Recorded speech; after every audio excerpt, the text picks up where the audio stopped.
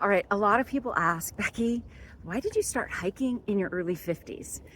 Now, it's not to say I never hiked before my 50s. It was just sprinkled here and there, and it was really when I was at my highest weight, just to prove that I could do it.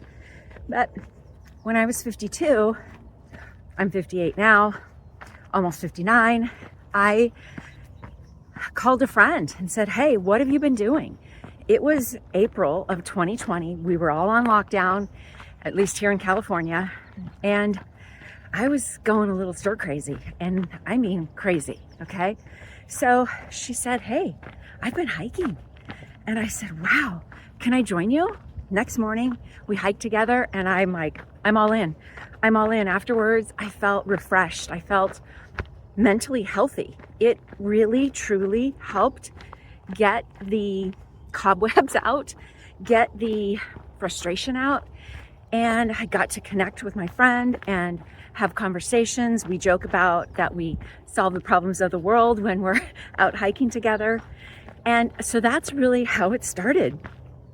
Then just a couple of months later, I was sitting on my deck with my husband and my son, and I said to them, you know, I don't want to be 80 years old and looking back and never having hiked Half Dome.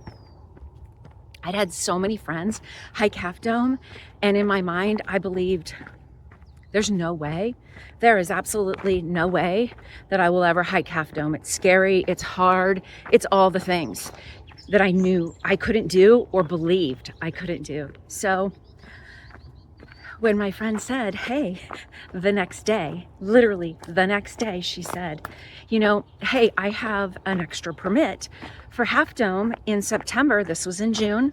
Would you like to do it? What? Okay, all right. Hello, universe. Yes, I would like to do it. There was no hesitation. I didn't know what I was in for. I had no idea. I was scared, but anyways, I decided I would do it. Good morning. Good morning. So I said yes. And whew, I had a few months because it was in September. This was in June. I had a few months to train. Keep in mind, I was a new hiker. I was a brand new hiker. Back then, I was using a Drawstring backpack carrying a water bottle in it, okay? So to say I was a newbie is an understatement. I did have good shoes, always had good shoes. So I got, after several hikes in, every time I'd hike with my friend, we'd stop and drink from our water bottles that were in our backpacks. And one day I decided, you know what? I'm going to take the leap. I'm going to get one of those backpacks with a bladder in it and the little, drinking hose, even though it seemed so gross. Oh, life changer, game changer. So we were hiking this one day, and she said, you haven't had to stop to get a drink of water. And I said, oh, I've got my new little hose here. She goes, oh. So on the next hike, she had one too. The evolution of the wardrobe, the accessories during those first few months were, it's really funny because I think we need all the special stuff. We need all the tools. We need to be perfect. In order to start, we need to be perfect. And you know what? That's just not true. It's just not true. I started with a drawstring backpack and a water bottle, okay? So then that first Half Dome hike that we did first, because I did a couple more after that, it was, again, 2020, so it was during COVID. There weren't very many people there, and when we did it, there was a massive fire close by, and the air quality was very, very poor. Like when we hiked, it was 200. So don't judge, we did it anyway. But the funny part is, going up to the top of Half Dome, we couldn't see anything. It was so smoky, we couldn't see anything. But we did it, and it was hard. I mean, it was the hardest thing I had ever done up until that point physically. Getting up to the subdome from the valley floor is hard. It's a massive climb. I don't know the numbers right now, but the climb is massive to the subdome. Then you go up the subdome, And it's a series of switchbacks on the granite. And there's no cables. There are no cables. There's no railing to hang on to. It's just a sheer drop if you fall.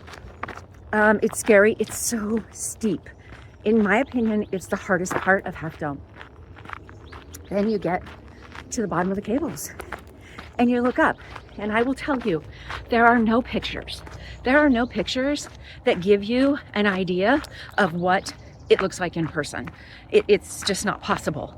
And good morning. So when you get there in person and you look up at those cables,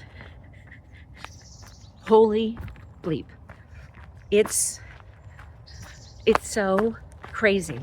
You look up, but here's the thing.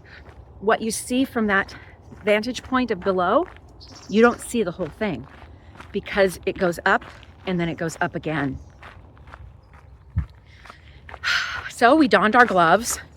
I prayed. I was scared to death. I was scared to death.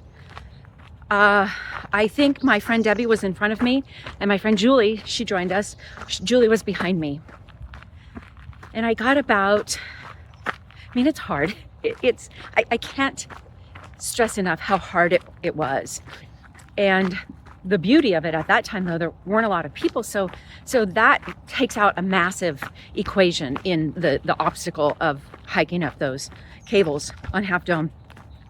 So got about halfway up and I stopped. You stop quite often, but this one stop, I started crying. And my friend Debbie, who was ahead of me, she goes, Becky, you're okay. You're going to do this. She thought it was because I was scared. And it wasn't because I was scared. It was because my mom would have never done anything like that. Ever. She would never have done anything like that. And I just thought, what a moment for me to not follow in the footsteps of her. Good morning. And to push myself, challenge myself, be a better human. And I don't say that out of disrespect for her. It's more of I was in awe of myself for doing it. I was fully present. And that's where the tears came from. I was fully present in that moment. I knew that Julie was behind me. I knew that Debbie was in front of me. And Debbie's husband, Dave, I can't remember. I think he was ahead of us. And I took it in. I took it in the best I possibly could. And when I was done with my moment, I kept going. I pushed on. And there's a picture of me at the top, lying down and really taking it in. I thought, wow, this is incredible. I never thought I would do anything like that, and I did it. I got to the top, we celebrated, we took pictures. We couldn't see a darn thing because of the smoke, but you know what? It just didn't matter. It didn't matter because it didn't take from the accomplishment, didn't take from the challenge, it didn't take from the connection that we created in this. My friend Julie had never done it, neither like I hadn't either. And then Debbie, it was like her 5th time hiking Half Dome. And so there we were at the top, celebrating, with all the smoke. And then head down. And the down is down for a really long time. Really, really long time. And it was so long that we had really just stopped talking to one another. Everyone was in their own world. And we're about, I'd say, not quite halfway down. And we go around this corner of this huge rock, this big old boulder. And the lineup is Julie, I think it's Debbie, Julie, me, and then Dave was behind me. And we're going around this corner, and Debbie and Julie have turned around and they're walking towards me, and their eyes are just massively huge. And they go, bear, bear, bear. Well, prior to that, these two guys were coming up as we were going down, and they said, we think this bear is stalking us. And we didn't really pay attention because, I mean, come on. But you are in Yosemite. So there was indeed a bear on trail. They came like face to face with this bear.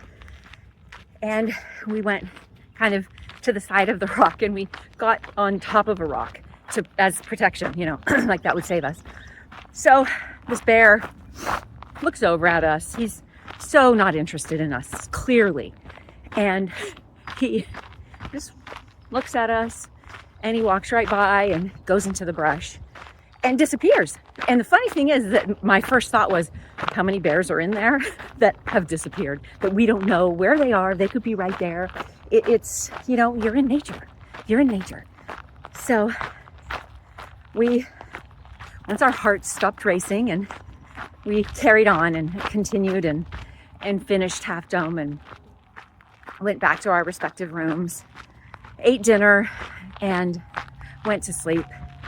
You know, it just makes me think about how the universe works in our favor. The universe conspires for our best good. And when you put it out there, when I put out there, you know what, I don't want to be 80 and never having hiked Half Dome. When I put that out there, the universe was listening and said, granted. So I don't take lightly those requests that I make.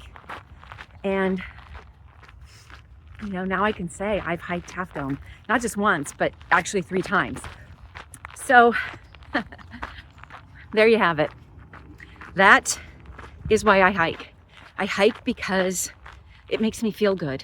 I hike because when I have mental frustration, when I'm feeling like I'm got something to work through, or I'm agitated, I'm irritated, nothing makes it better like a hike. Nothing. I love hiking. Hike with me.